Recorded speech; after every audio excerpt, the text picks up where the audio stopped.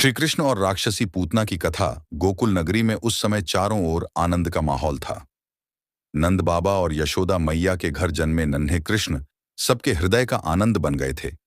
उनकी मधुर मुस्कान और चंचल आंखों में ऐसा आकर्षण था कि जो भी देखता मोहित हो जाता। परंतु दूसरी ओर मथुरा में कंस को यह खबर मिली कि यशोदा के घर एक दिव्य बालक ने जन्म लिया है जो उसका अंत करेगा। कंस भय और क्रोध से भर गया। उसने अपने दानव सैनिकों और राक्षसों को आज्ञा दी कि वे हर नवजात बालक को मार डालें। उनमें से एक भयंकर राक्षसी थी, पूतना। वह रूप बदलने में निपुण थी। उसने सुंदर स्त्री का रूप धारण किया। उसके चेहरे पर कोमल मुस्कान थी। वस्त्र स्वर्ण जैसे चमकते थे और गले में सुगंधित फूलों की माला थी, पर भीतर उसका हृदय विष और क्रूरता से भरा था।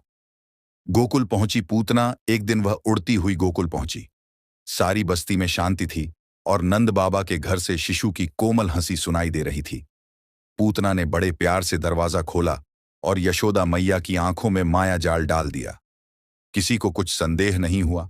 वह सीधे उस झूले के पास गई जहां नन्हे कृष्ण शयन कर रहे थे। उनकी आंखें नीले कमल की तरह चमक रही थीं। पूतना के मन में एक पल के लिए मोह उत्पन्न हुआ। यह बालक कितना सुंदर है। पर अगले ही क्षण उसने विष भरे स्तनों से उसे मारने का इरादा किया।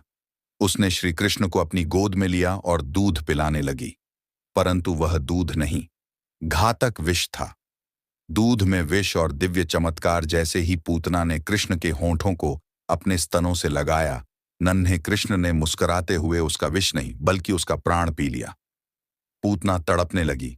उसकी आंखों से अग्नि निकलने लगी। शरीर पर्वत के समान विशाल हो गया। पूरे गोकुल में भूकंप जैसा कंपन हुआ। लोग भागकर आए और देखा कि विशाल राक्षसी भूमि पर गिरी है और उसके वक्ष स्थल पर नन्हा कृष्ण खेलते हुए बैठे हैं, हंस रहे हैं। यशोदा मैया दौड़ी और कृष्ण को गले लगा लिया। आंसू बहाने लगी। सब हैरान थे कि इतना छोटा बालक कैसे इतने भयानक राक्षसी का अंत कर सकता है। पूतना का मोक्ष। कृष्ण ने केवल पूतना का वध ही नहीं किया बल्कि उसे मोक्ष भी दिया, क्योंकि उसने उन्हें मां की तरह गोद में लिया था।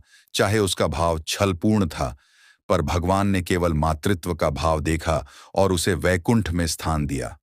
इसीलिए कहा जाता है, जिसने भगवान को द्वेष से भी याद किया उसे भी उद्धार मिला। कथा का संदेश। यह कथा हमें सिखाती है कि भगवान की शक्ति असीम है, चाहे वे शिशु रूप में ही क्यों न हो। जो भी उन्हें प्रेम, श्रद्धा या किसी भी भाव से स्मरण करता है, उसे अंततः मुक्ति प्राप्त होती है।